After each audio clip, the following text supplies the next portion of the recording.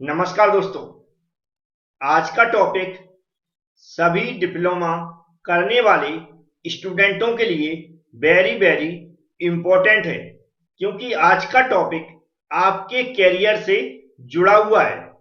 बहुत सारे student diploma complete करने के बाद आगे भी पढ़ाई करना चाहते हैं और वो भी बीटेक करना चाहते हैं, लेकिन गवर्नमेंट इंजीनियरिंग कॉलेज से। और हमसे बहुत सारे स्टूडेंटों ने पूछा है कि सर, गवर्नमेंट इंजीनियरिंग कॉलेज में एडमिशन कैसे लेते हैं। तो आज हम लोग इस बारे में डिटेल्स में समझेंगे, जैसे कि मध्य प्रदेश में कौन कौन से गवर्नमेंट इंजीनियरिंग कॉलेज हैं जहां पर हम एडमिशन ले सकते हैं। उनमें जो हमारे डिप्लोमा के बाद एडमिशन लेते हैं लेटरल एंट्री में, उसके लिए कितनी सीटें अवेलेबल हैं, मिनिमम कितना परसेंटेज की जरूरत पड़ती है और कब एडमिशन होंगे, इन सभी सवालों के जवाब हम लोग आगे देखेंगे। आपको सिर्फ जो भी यहां पर मैं समझा रहा हूं उसको ध्यान से सुनना है। चलते हैं, स्टार्ट करते हैं। तो यहां पर हम कोई भी ऐसी बात नहीं करेंगे जो हवा में आपको लगे, विथ प्रूफ के साथ देखेंगे। हमें क्या करना है, अपना गूगल क्रोम चालू कर लेना है और यहां पर हमें क्या लिखना है, DTE और काउंसलिंग। ऐसे DTC लिखेंगे तो कुछ ऐसा लिखा आ जाएगा आपको, DTE काउंसलिंग। इस पर हमें क्लिक कर देना है। जैसे आप क्लिक करेंगे तो यहाँ पर जो लिखा होगा, जो DTE है हमारी डायरेक्टरेट ऑफ टेक्निकल एजुकेशन, इस पर हमें क्लिक कर देना है। जैसे आप क्लिक करेंगे, गो फॉर काउंसलिंग, इस पर हमें क्लिक कर देना है।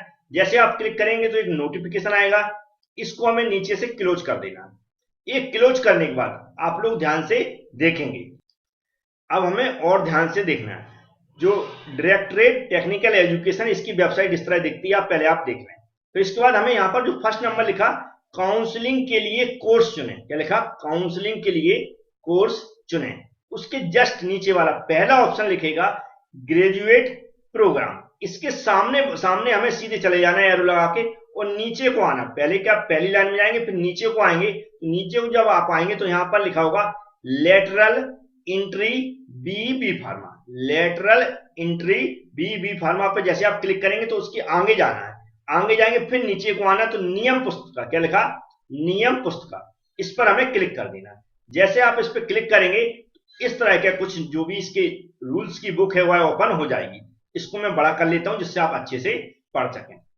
अब हमें करना क्या है, सबसे पहले हम ये देखेंगे कि मध्य प्रदेश के अंदर कौन कौन से इंजीनियरिंग गवर्नमेंट कॉलेज है। तो उसकी लिस्ट के लिए नीचे हमें जाना पड़ेगा लगभग 23 पेज नंबर पर। कौन से 23 पेज नंबर पर हम डायरेक्ट सर्च कर देते हैं, आपको याद रखना 23 पेज नंबर पर आपको डिटेल्स मिलेगी। तो यहां पर आप देख सकते हैं लिखा है directorate of technical education Madhya Pradesh. इसके नीचे जो टेंटेटिव, याद रखें, tentative seats in lateral entry B.Tech course for the session 2024 और 25, इसके लिए जो सीटें अवेलेबल हैं, किसके लिए, डिप्लोमा करने के बाद जो बीटेक करते हैं उनके लिए जो सीटें अवेलेबल हैं वो यहां पर बताई गई।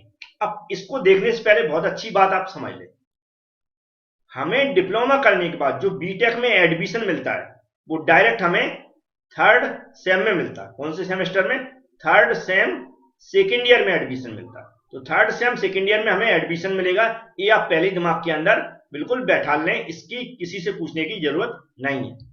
दूसरा रूल भी आप ध्यान से समझें।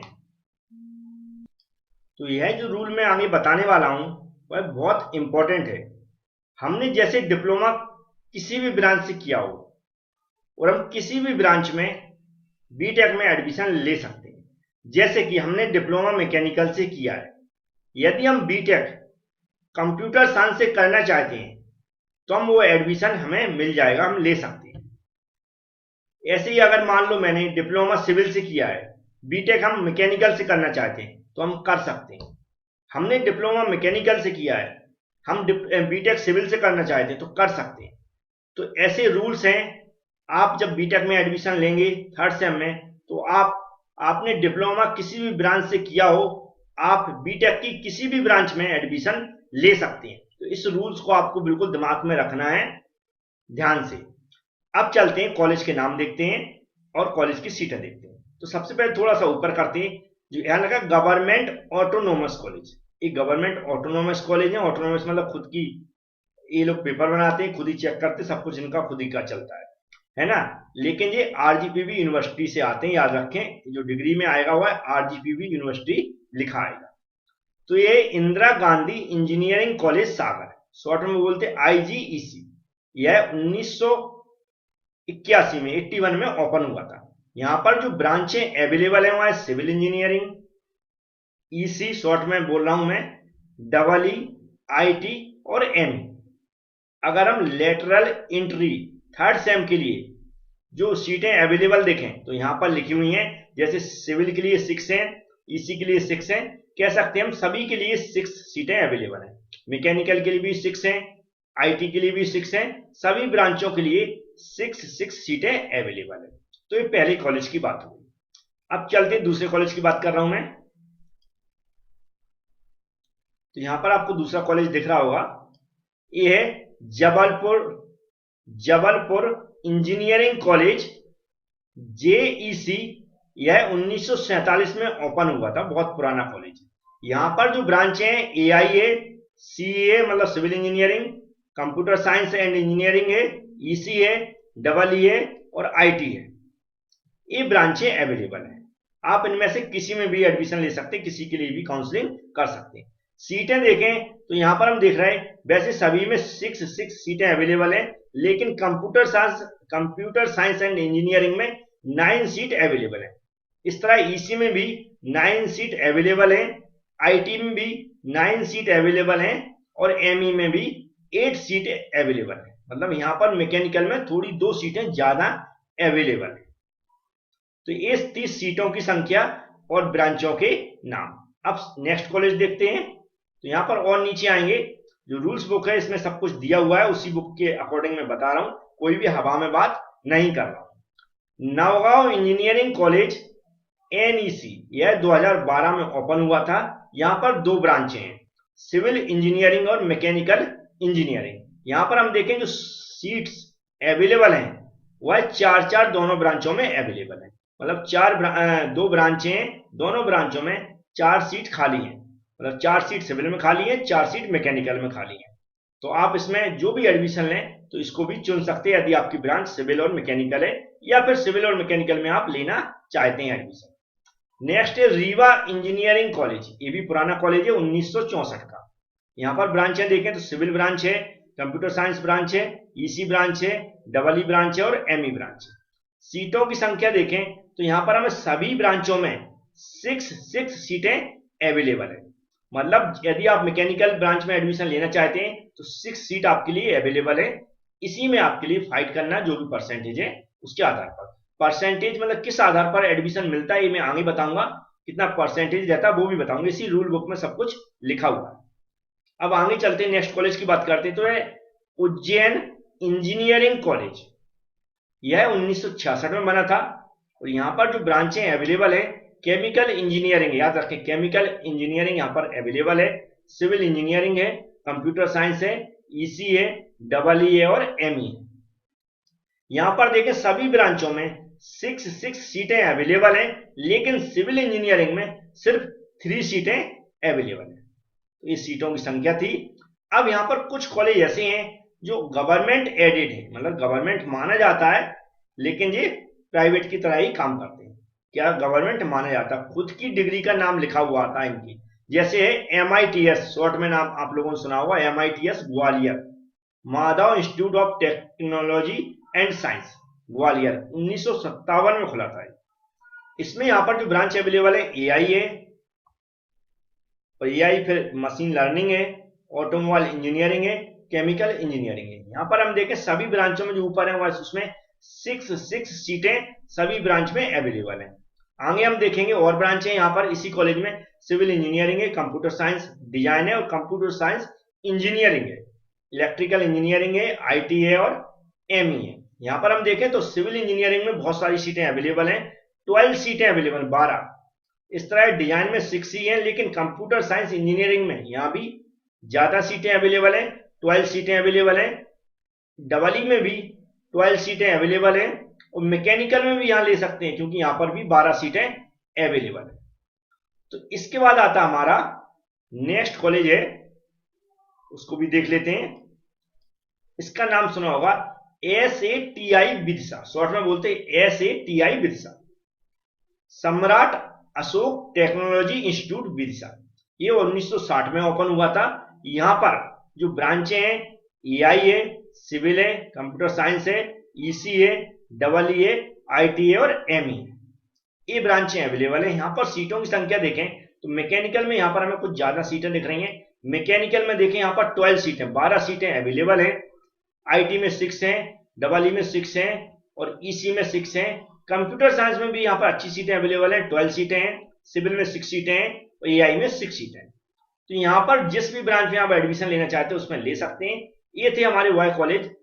अब इसके अलावा जो कॉलेज हैं हमारे, और एक और ऑटोनोमस कॉलेज दिख रहा है जो खुद का है, ये है हमारा। इसके बारे में भी थोड़ी सी जानकारी लेते हैं।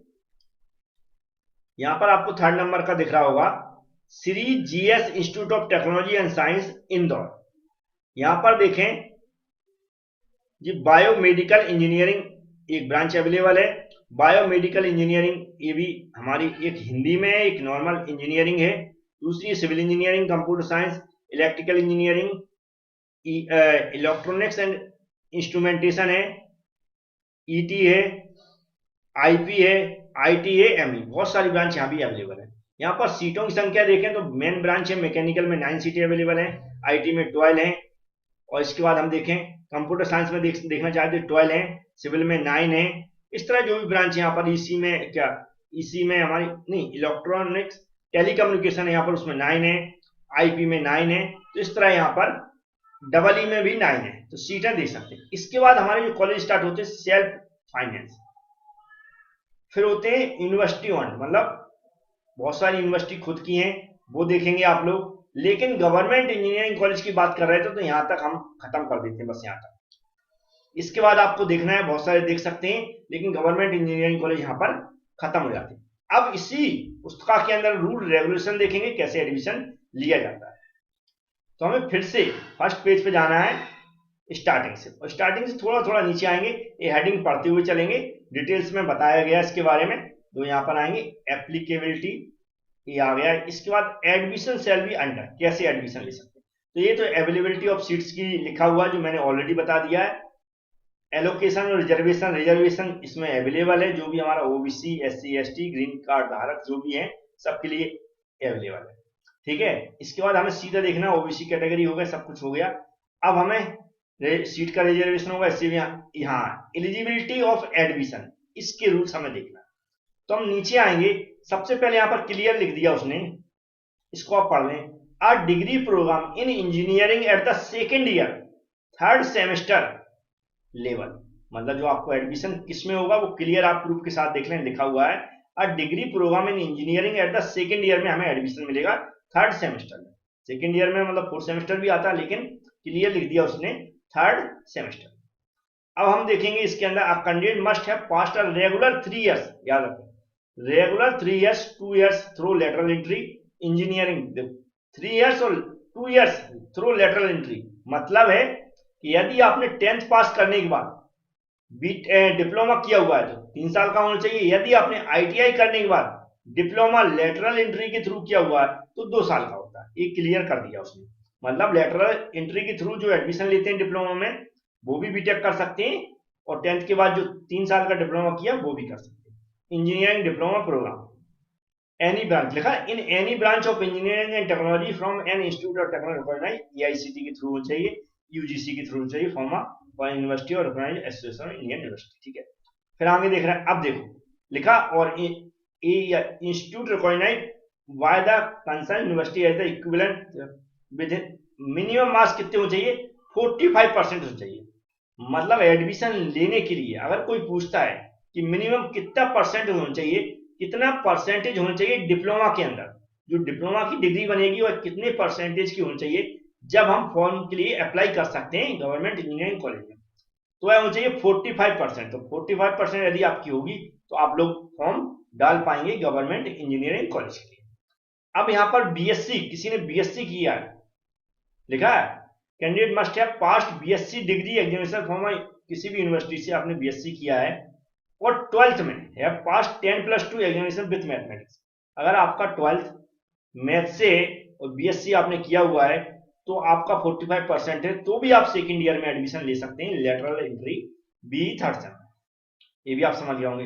अब आता है यहाँ पर लिखा है eligibility candidate of SC candidate के लिए आता है, तो एससी कैंडिडेट के लिए 5% की और छूट दी गई। 40% तक अगर उनका बनता है डिप्लोमा में तो वो भी फॉर्म भर सकते हैं। अगर उनका 45% से कम है तो नहीं भर सकते, लेकिन 45% है या इससे ज्यादा है तो फॉर्म भर सकते हैं। तो ये तो हो गई परसेंटेज की बात।